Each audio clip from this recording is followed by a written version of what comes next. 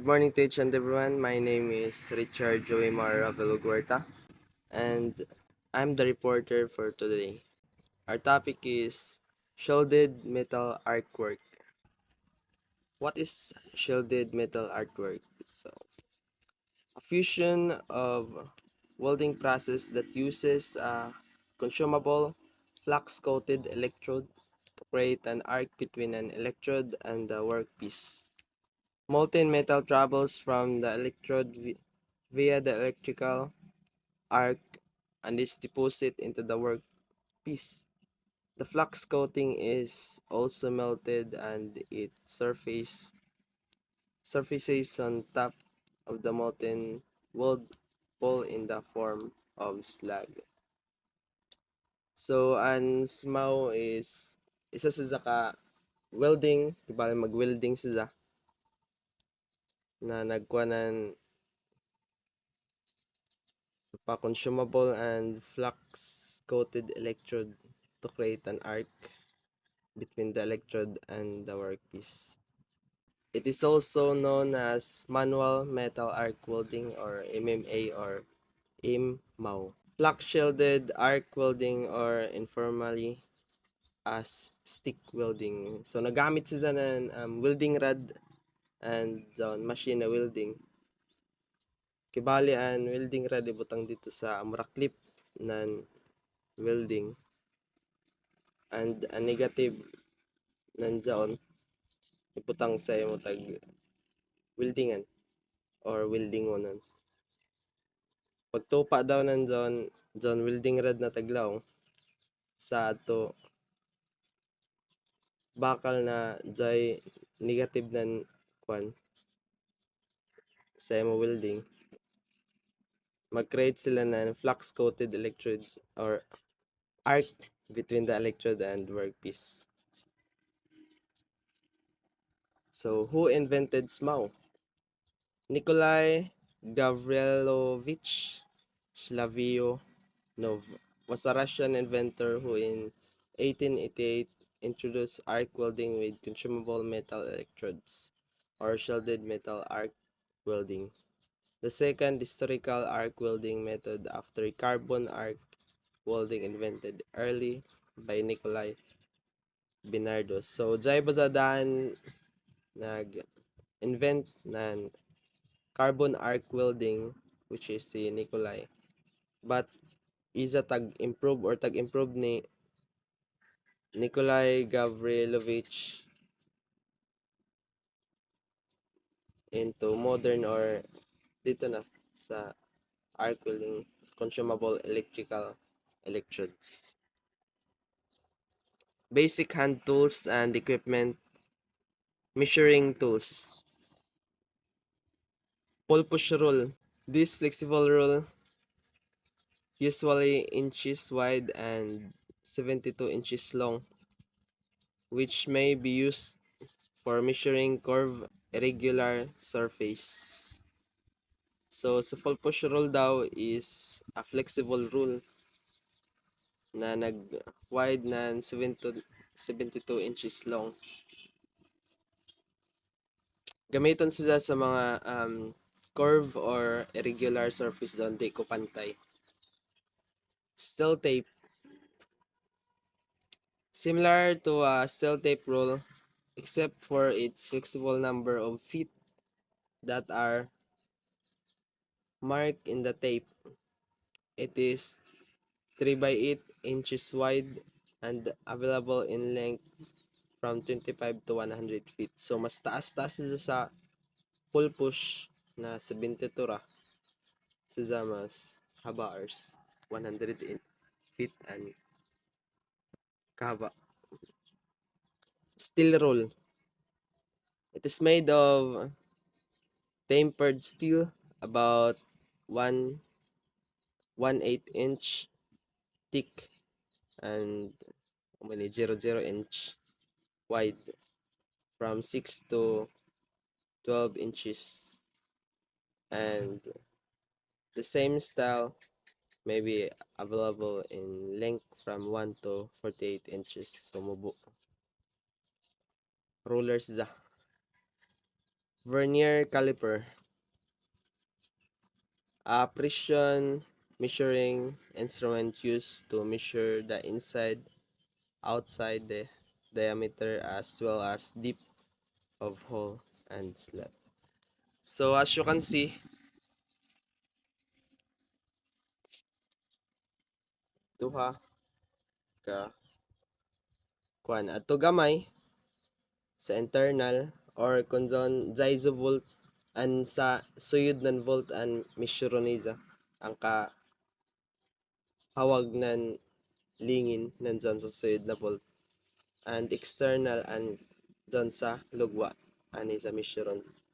Also dyan sab diri is a scale kung bagano ka haba. Same roller style. Yataan sa gagmatoy and inch andyan sa dagko. Cutting tools. Utod. Hacksaw. The tool is mainly used in cutting metals like plates, pipes, rods, bars, angular, etc. But of minimal thickness, wide and length. Part of a hacksaw. So gabas sila sa metal. Frame. It is the main body of the hacksaw which hold the blade. Ini siya. Diyan, ito nag-curve. Ini. Frame. The different type of frame are the following. Fixed or solid frames holds only one size of blade at about 10 inches long. Adjustable frame holds blades of different sizes such as 10, 12, and 14 inch in length. So unfixed or solid frame is this is a mabinga or anisa size isa ra gad pwede isuyod na blade. Sa adjustable, pwede siya mo extend or mo mobo. Nagdepend sa imo blade na ibutang which is nag range sa 10, 12 to 14 inch. Blade. It is made of thin, high grade steel, usually 1.27 mm thick and 30.48 cm long, with an inclined row of teeth serving as cutter. The different type of blade are the following. All hard. The entire blade is hardened and tempered. Use this type in cutting steel and cast iron. Flexible back. The teeth portion is hardened and tempered, making it springy and less likely to break. So, ini isa hard and isa soft. Amazon mga blade na dyan kinanggawas na dyan mga teeth na makautod. File. Used to finish metal by removing small chips and smoothing rough edge of the metal surface. So, ikuan down daw sa mga rough surface. Ini siya. After nimo mag welding, imo isud-sud para mo smoothen and rough na mga edges. Cold chisel. A wedge shape tool used to shear, cut, and chip metal. Type of cold chisel and their particular function. Flat chisel. Used for chipping flat surface, cutting of rivets or metal fasteners. Then thin sheets, and small bars. So, and flat chisels, nagtangtang sila sa mga rivets or dyan mga metal fasteners sa bakal. Cape chisel has a narrow edge suited for cutting narrow grooves or slats. So, cape chisel na sila sa mga narrow edge. and cutting narrow groups or slats. The diamond point chisel has a diamond-shaped cutting edge intended to cut V-grooves. Round nose chisel has a round nose cutting edge for cutting round and semi-circular grooves. Scraper. It's used in removing points, bars, and sharp edges from metal surface and similar parts. This tool is made of hardened steel of various shapes that fit according to each purpose. These are bearing scapes, flat surface, sharper, three-connected scaper. Punches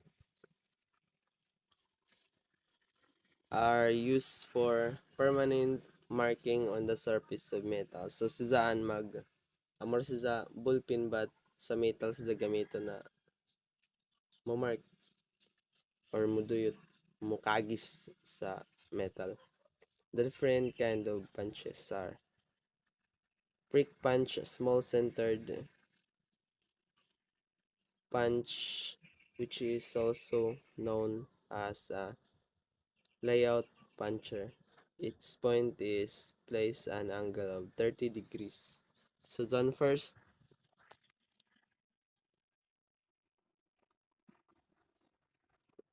kibali lang sa sumpay dyan. Tapos ay handle dire.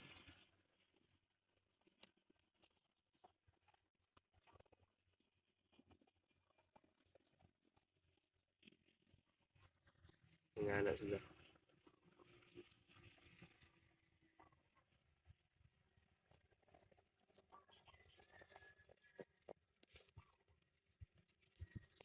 Handle dyan sa pan. Center punch has one end guard to 90 degrees comical point. So, and center, which is wide and is one taba and prick kay kaigil. Driving tools, hammers. The different kind of hammers are ball-peen hammer. It's used for strengthening, bending, and deforming metals. It has a wood or fiberglass handle measuring 10 to 16 inches long. Head weight ranges from 2 to 4 pounds. Ballpen, pwede siya sa pandukdok, pwede pan deform or pan-bend na isa ka metal. Chipping hammer is used for removing slag on wood and with two faces, tapered from one side and round the other side. Wrench. Different kind of wrench are a wrench. It is used one for loosening the tightening light and heavy nuts and bolts. So different kind of wrench. An adjustable wrench has a movable U which makes it adjustable to various size of nuts. So an adjustable mas gana siya bisa kun isa ra ka pan wrench but dabo na nuts ani sa abri. But say sabi sa ano pa kung hayra tama na nuts and pwede ni sa loosen and ma-tighten. An open-ended wrench, one that is made to fit one size of nut or bolt. So, open-ended, pwede siya sa taglain na size, but open gyapon siya. Tagtawag siya na open kay ini open nag-C. Socket wrench, a tool with usually interchangeable socket to fit over a nut or bolt. Folding tools, clamps. These devices have been designed to hold work securely while performing skills such as grinding, blending, bending, fitting, and cutting of metal. So magupot si Zazon, gupta ni Zan metal, inidua. Iipit zon, iipit diri sa tungan metal. Kung ano may utdon, event, or ano ba, para mo tighten and pagkagupot. Para tighten and pagkagupot. Different kind of clamps are toolmaker clamp, used for holding small parts, both at the bench and at the machine. This tools is also known as a parallel clamp, C-clamp, an all-purpose clamp that is generally used for all kinds of work. So from its definition, all-purpose, so all kinds of work is a magamit. Is a magamit. Drill vise, a sturdy steel vise with movable jaw that easily goes back or forth by raising the handle. Tong, used to hold the metal to be and be held securely while forged. So, useful ang tong if John paso ang metal, pwede nimo sa gamiton as amoy maggupot sa zona metal. Iipit. Pliers, used for holding, cutting, and twisting wires. So, for wire purposes. Combination na to. Commonly used terms in welding. Bed, narrow layer or layers of metal deposit on the base metal when it melts. Convex weld, weld with protruding, gaping appearance, crater, depression at the termination of a welding bed. And paso yata na surface or dyan kwan. Overfill, excessive reinforcement, overlap, protrusion of weld metal beyond the two face or root of weld. Paddle, part of the weld that is melted or molten due to heat of welding. Ay dyan, na-melt na mga metal or welding rod. Pass, single longitudinal progression of a welding operation along a joint or weld deposit. Ripple, the shape, appearance of the breads which result from the movement of the electrode. Travel angle, angle of the electrode in relation to the axis of weld when the electrode is perpendicular to the axis of weld. Wave bread, type of weld bread made from transverse oscillation. Weaving, a technique of depositing weld metal in which the electrode is oscillated. Weld paddle, a non-standard term for weld pool. Weld bread, a deposit of filler metal from a single welding pass. Work angle, the angle of the electrode in relation to the surface or surfaces of a workpiece when the electrode is perpendicular to the axis of weld. Weld pass, a single progression of welding along a joint. Weld 2, the junction of the weld face and the base metal. 1F, welding feed let in flat surface. 2F, welding fillet in horizontal surface. And that's all for my report, and the other report will be report of my group mates. Thank you.